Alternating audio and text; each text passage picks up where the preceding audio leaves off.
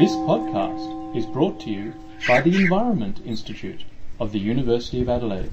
For further information, visit our website at www.adelaide.edu.au/environment. I've given lots of talks about climate change over the last few years in South Australia, so I apologise to those people who have heard me go on before about this. I've structured this talk in such a way that it will provide a bit of an update on the latest picture that climate science gives us of climate change, how fast it's progressing, what its likely impacts are going to be. I won't spend a lot of time talking about solutions, even though there are obviously plenty of them, because that will be covered in other lectures later in the Climate Futures series. So this is really just the doom and gloom part of it, not the bright future. Now really, climate change boils down to an energy problem.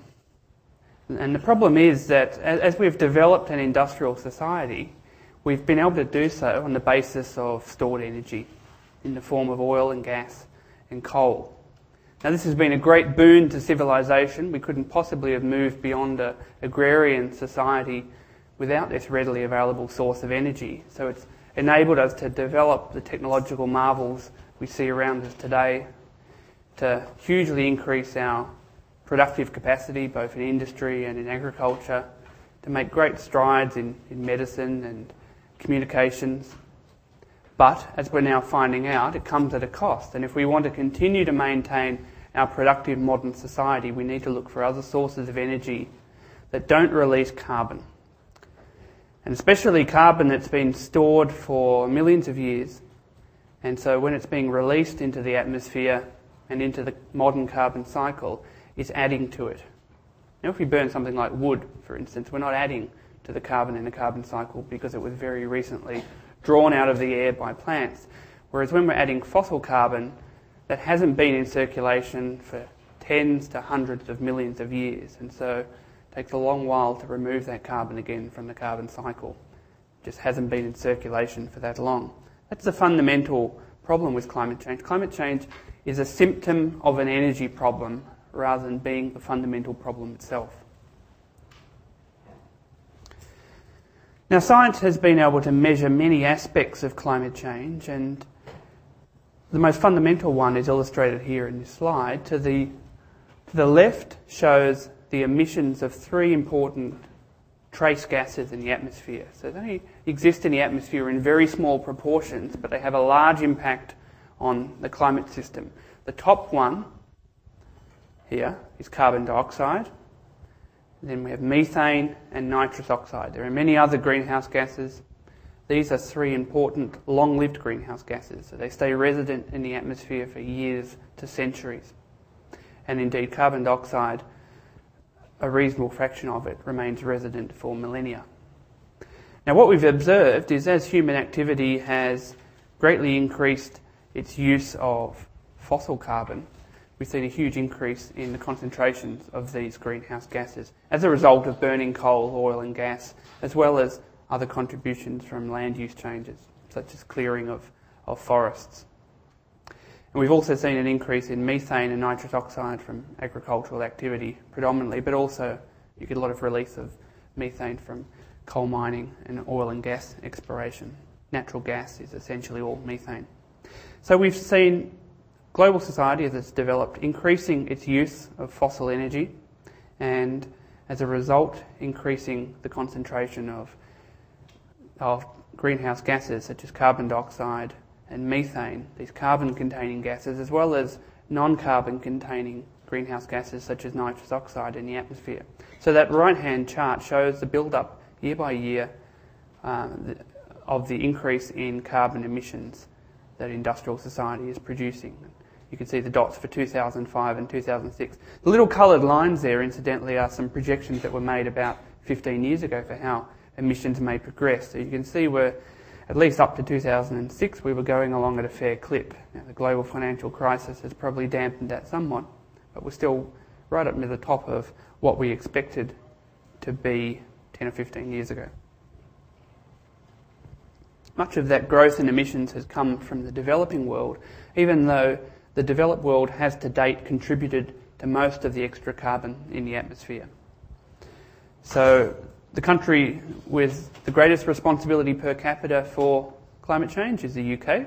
They started to industrialise before anyone else. The country that's put more emissions in the atmosphere than any other one is the United States. And the country that's growing at the greatest clip is China. So it's an economy that's developing rapidly. Just the projected growth in emissions from 2007 to 2010 will be the equivalent of all of the emissions of those countries listed there: Japan, Germany, Canada, UK and Australia. So we have this issue of an historical debt and a future commitment to climate change, both of which are issues we need to deal with if we're going to equitably reduce our emissions of greenhouse gases. Now, as a consequence of the release of greenhouse gases, we've seen an increase in global temperatures. So on this chart shows average global temperature. This is a measure of the state of the climate system across that whole planet.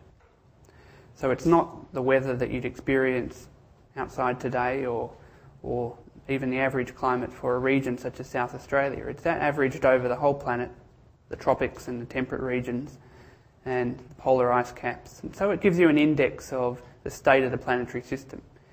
And you only need to change that state a little and you can have dramatic impacts in terms of how the climate system operates. For instance, you change it by an average of 5 degrees cooler than it is now and you'd have large ice sheets over North America and Europe and you'd be in an ice age. Now we're in an interglacial period. So what we've observed with that long-term record, where we've had thermometers measuring the global temperature for about 150 years, there's an increase of about a degree.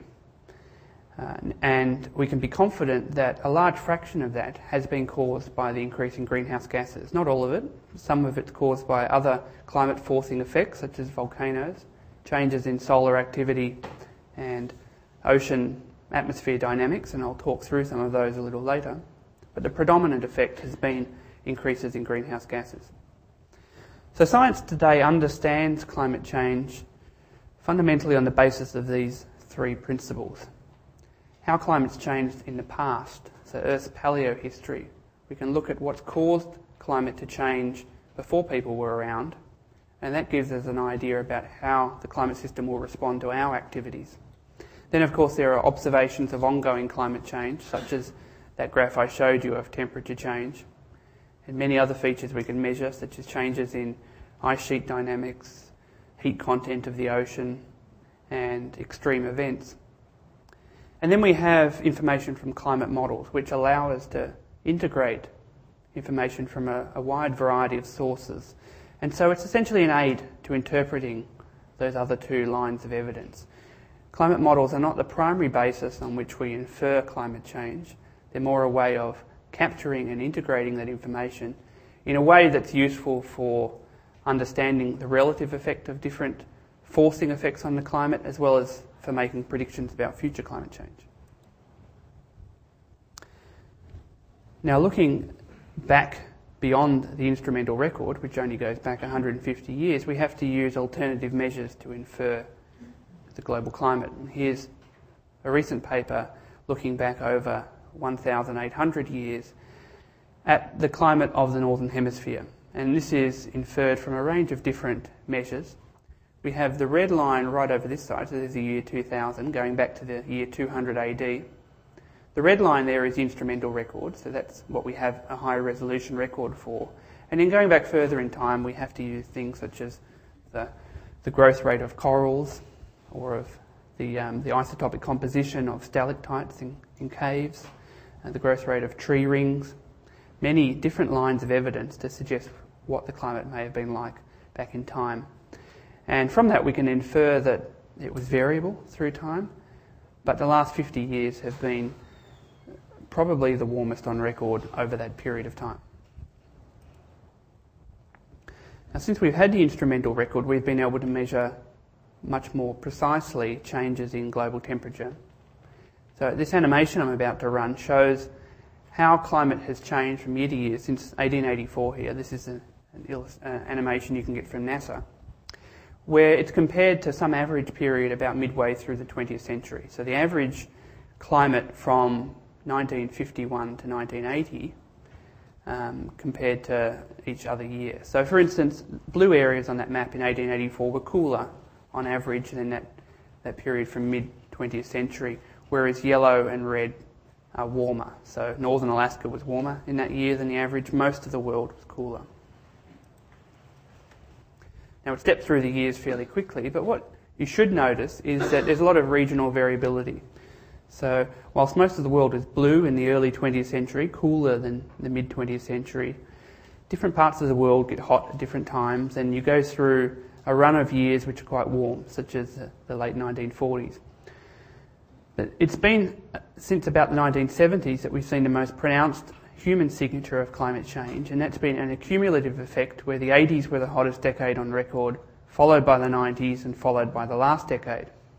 And so that's a situation in 2006, and then that's the equivalent situation for 2007, represented again as a temperature anomaly rather than absolute temperature. So obviously the poles are not hotter than the tropics, but in terms of the amount of temperature change, it's been greatest in polar regions where we've had a retreat of snow and ice as the planet's warmed. That's known as a feedback effect that amplifies change in those areas. So overall, the planet's been warming. On a year-to-year basis, some areas may be cooling or warming. And of course, it's not a monotonic change in temperature from year to year. There's still a lot of variability in the climate system, which means that long-term trends can be hidden by short-term variability. And in fact, the year 2008 was a good example of that, where overall it was a cooler year than any other year before 2001. So it was about the 8th hottest year on record.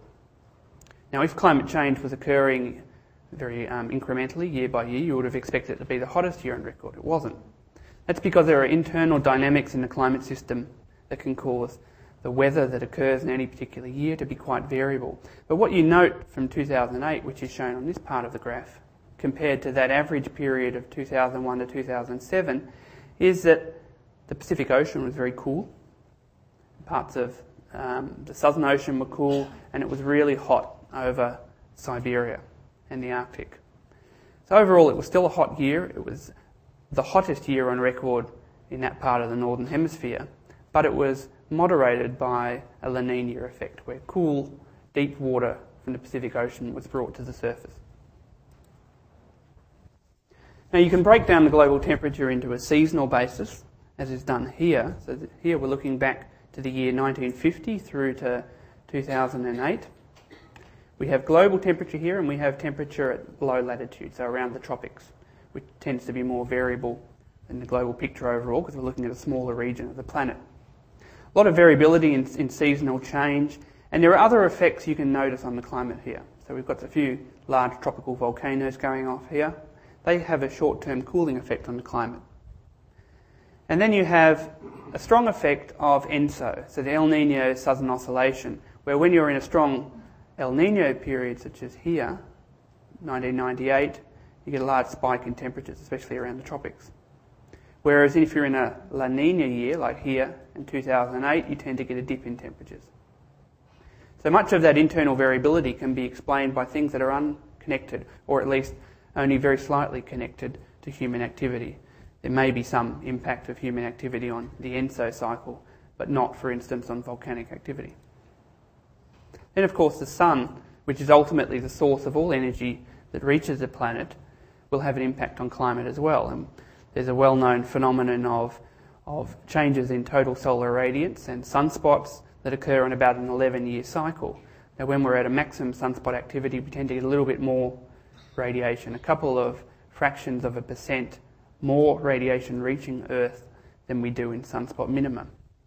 So the last peak was around the year 2000, and in 2008 we were at a deep solar minimum. So if we reflect on another measure of climate change, here is sea surface temperature, then you can see, when we zoom in a bit, the strong effect of these different factors. So there's that big spike in 1998, a strong El Nino year, followed by a La Nina, followed by a series of mild El Ninos and another La Nina, some effect of the solar cycle as well.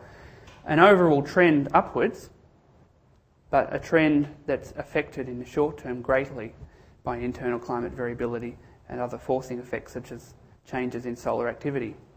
This is looking at it another way. It looks a bit complicated here, but the green line is temperature on a month-by-month basis there, so you can really start to see the variability.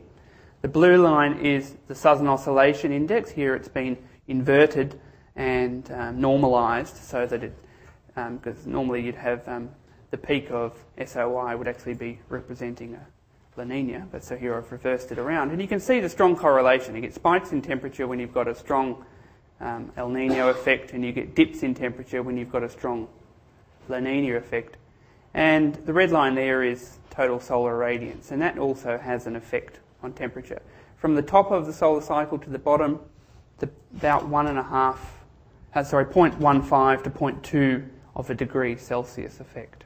So it can be quite strong. And from the top of a strong El Nino to the bottom of a deep La Nina, it's up to 0.4 of a degree of an effect.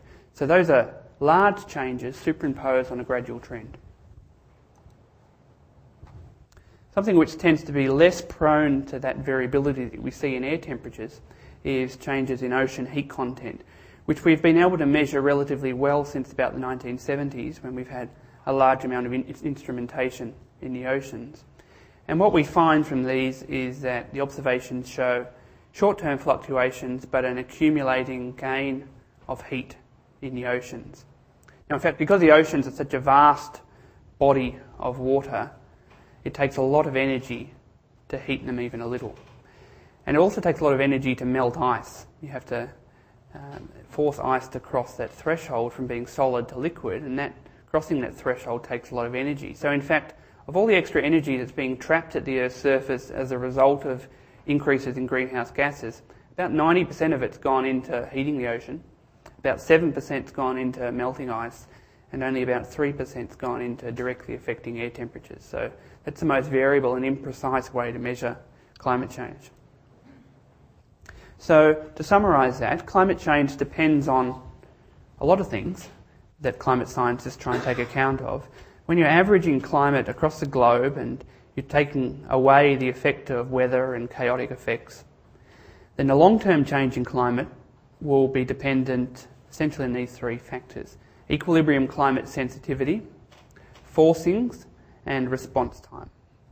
So equilibrium climate sensitivity is a term used to describe the amount of warming you would expect for a doubling of the concentration of carbon dioxide in the atmosphere. That's the technical definition. Forcings are factors that change climate. So a volcano going off is a climate forcing effect. It will cause a cooling of the climate. An increase in greenhouse gases is a climate forcing effect that will cause warming. An increase in the amount of dust in the atmosphere can have a warming or a cooling effect. And the response time is how long the climate system takes to respond to that forcing effect. So you can give it a nudge, but it may not move straight away. You may need to nudge it for a while before it moves. So ocean and ice inertia is a good example. You've got to put a lot of energy into the ocean before it starts to heat, or a lot of energy into melting ice, but once you started that process, it will carry on even after you stop pushing it. So you need to understand all of those effects to make a prediction about future climate change. Now, in the deep past, we've been able to measure changes in Earth's climate that have been quite dramatic. This is an ice core record from Antarctica, from Vostok Station. So we've been able to drill down through the ice to look back at changes here representing about 450,000 years, so a few ice ages. And we can measure global temperature on the basis of an isotope record, oxygen isotopes. We can also measure directly the concentration of greenhouse gases in the atmosphere, and we can look at the relationship between those two. So the green is concentrations of greenhouse gases and their forcing effect in total, and the red is temperature as inferred from oxygen isotopes. So you can see a very strong relationship going back over hundreds of thousands of years. But when we reach the present day, we've zoomed in here to the last 150 years, then the relationship's broken down. So we've seen the effect we should have observed from greenhouse gases, the green line going up rapidly, and temperature, which is the purple line at the end of that graph, only going up quite slowly. But when we put together all of the factors that we expect to have influenced the climate, so not just greenhouse gases, but also solar activity, volcanoes, and importantly the effect of dust and soot and sulfate particles from coal-fired power stations, which have a cooling effect on the climate, then we would have expected the black line, which is much closer to the purple observations.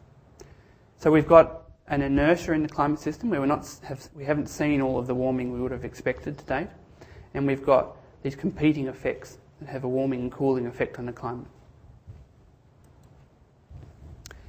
Now we can build a climate model that tries to take account of all of these effects, and it can be an extremely complicated model, which is known as a global circulation model, a general circulation model, or a global climate model, which are stupendously complex simulations of the Earth system,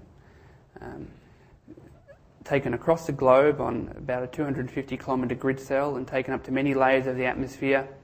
Or if we have perfect knowledge of the impact of those different climate forcing effects through time, we can have a really simple model, which is just that function there. So here's the predictions of that function, which is based on fairly simple physics, and the green line is a prediction of a global climate model. And you can see that if we have knowledge of climate forcing effects, and our simple model that anyone who can do a bit of calculus could do by hand, is in fact an excellent way to model the climate. So we know that the climate forcing effects are what's driven climate in the past. The challenge in trying to predict climate in the future is to try and predict how those forcing effects will change. Now the underlying assumption is that things like volcanic activity and solar activity are not going to be much different in the next 100 years to what they've been in the past.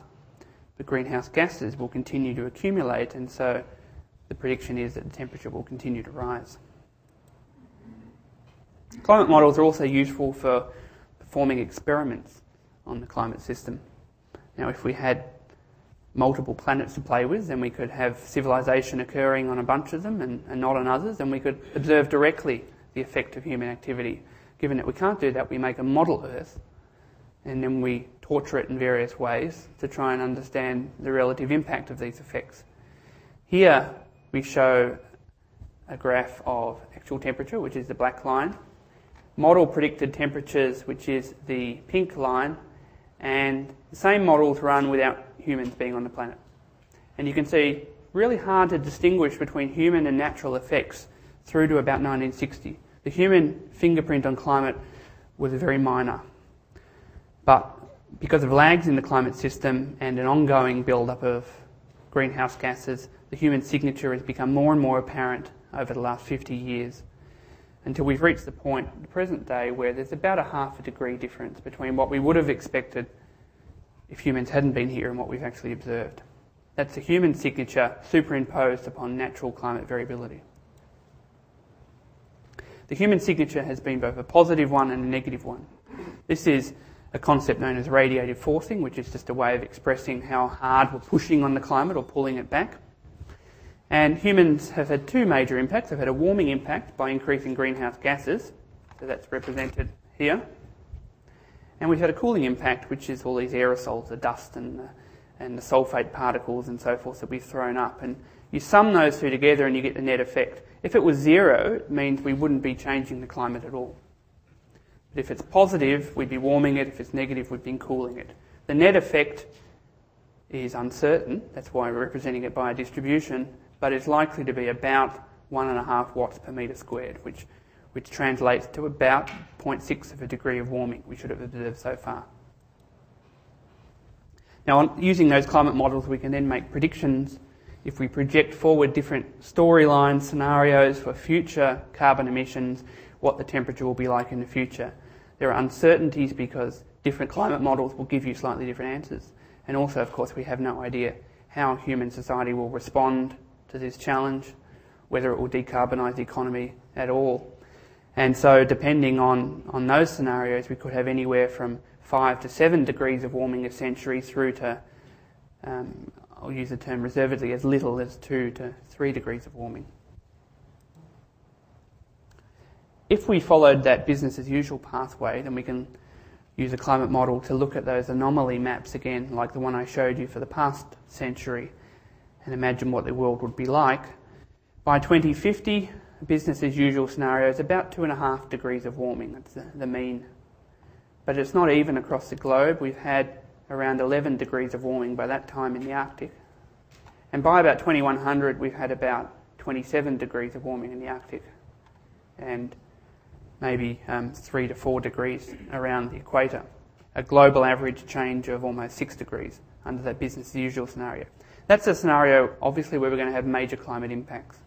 And we're not going to have much ice left on the planet when we've got almost 30 degrees of temperature rise in the Arctic.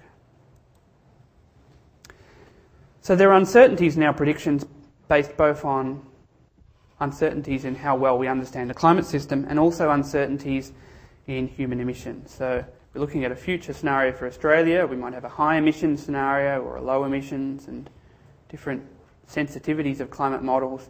They'll give you a range of predictions. So the challenge in adaptation is ensuring that the way we adapt to future climate change is cognizant of the fact that there's uncertainty in how bad the changes will be. As we bring about those changes, we're not only going to see changes in the average temperature, but we're going to see changes in extremes of temperature. And heat waves are one good example of that. Other extremes in the climate system include more severe storms and other extreme events such as increases in storm surge events that Murray will talk about that you get in concert with a change in average sea level. So as you make small shifts in average temperature, for instance illustrated here, a relatively small change in the peak period, you have a disproportionately large effect on the extremes because of the distribution approximately follows a normal distribution like that, where you've got small tails of the distribution that become rapidly enlarged. So that's one of the reasons, in a simple sort of cartoon way, as to why we would expect a great increase in extreme events. And so heat waves are a good example of that.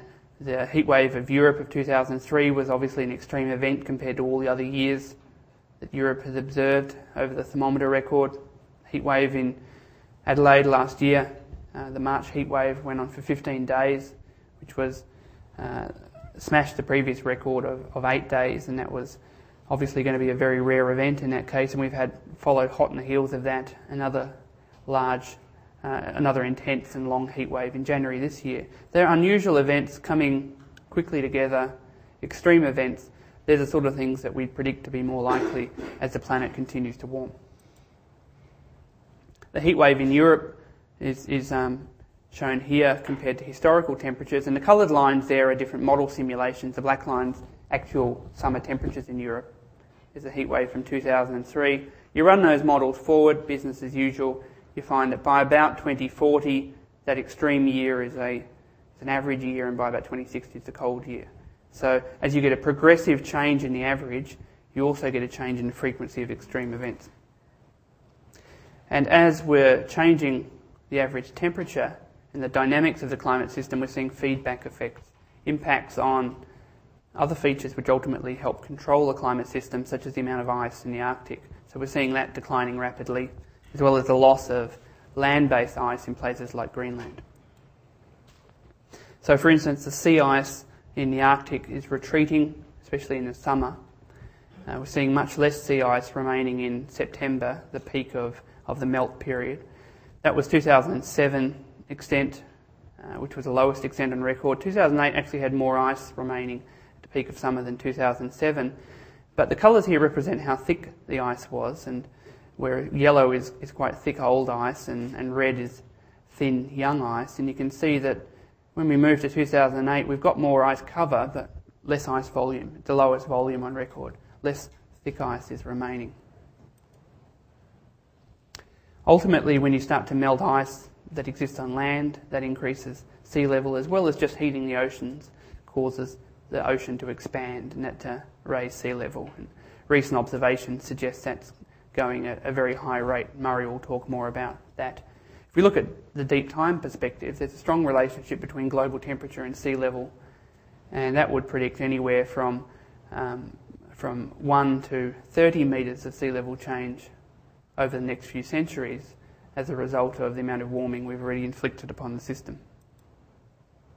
But even a metre of sea level rise, which which is something that we're very likely to experience this century, will have major impacts that people are going to have to adapt to, especially in areas where there's a lot of people living around the coastline and in areas where there's a lot of infrastructure around the coastline. So places like Europe and Asia are going to be impacted heavily by even small amounts of sea level rise because of their relative vulnerability. Other impacts on the climate system we see include changes in the amount of precipitation that's likely to fall in different parts of the planet. Overall, as the planet gets warmer, there'll be more precipitation, so there'll be more snow and more rain. But that increase in precipitation won't be evenly allocated across the globe. So some areas will get wetter, such as the tropics and the polar regions. They'll have more snowfall. And other areas, such as the mid-latitudes, where a lot of Australia sits, the southern Mediterranean region of Europe, much of southern United States, these are areas that are predicted to get considerably drier as subtropical regions move polewards. And indeed, if we look at observations over the last 100 years, then a measure such as the Palmer Drought Severity Index, which is plotted here, indicates that areas under deep, sustained drought have become more widespread over the last century. So droughts are becoming longer and deeper, interspersed by more heavy, dynamic periods of intense rainfall. And some areas of the globe will be particularly hard hit. One of those is Asia, where you've got a range of effects that are going to hit the coastline of Asia: sea level rise, increasing intensity of tropical storms, as well as effects on river systems from the melt of ice caps, such as around the Himalayan region. And for Australia, of course, we have many natural features that are likely to be severely threatened by even small amounts of temperature change due to the impacts of sea level rise. Rising ocean temperatures, they'll impact coral reefs, absorption of CO2 into oceans, which increases the acidity of the water, and changes in the amount of rainfall and inflows that occur in agricultural regions such as the Murray-Darling Basin.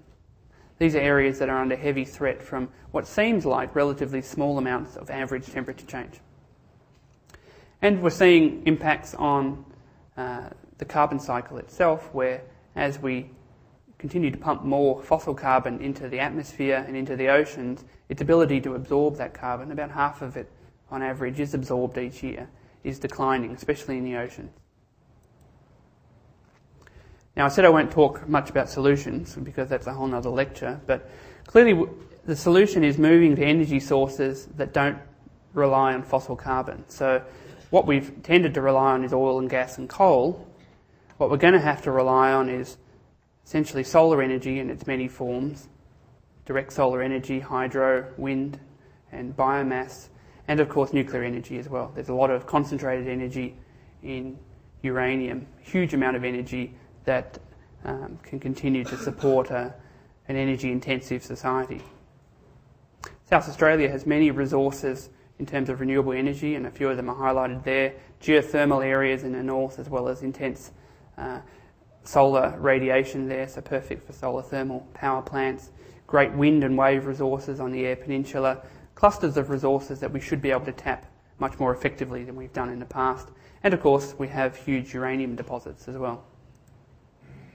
So nuclear energy is something people don't like to talk about, but I suspect that it will become firmly on the agenda of energy discussions in Australia this decade, and eventually Australia will have a large number of nuclear power stations, simply because there is a limitation to the amount of energy that renewable energy can supply, and there's essentially no limitation to the amount of energy that uranium can supply, at least over about 50,000 years, by which time we should have developed fusion power, I would have hoped. So I guess the key message that's coming out of climate science is that there are unavoidable changes locked into the system that we're going to have to adapt to. But there are also avoidable changes that we want to not experience. So we have the realm of adaptation, which is making the best of what we've already committed to, and there's mitigation, which is ensuring we don't commit to too much that we're unable to adapt to. I've set up a website called bravenewclimate.com where I regularly comment on climate change and energy issues, and I also have links to slides of my various presentations, so you're welcome to log on there and find out more information. But now I'll turn over to Andrew Watson from the Bureau of Meteorology, who will talk to you in a more specific context about South Australia and how temperatures are measured. Thank you.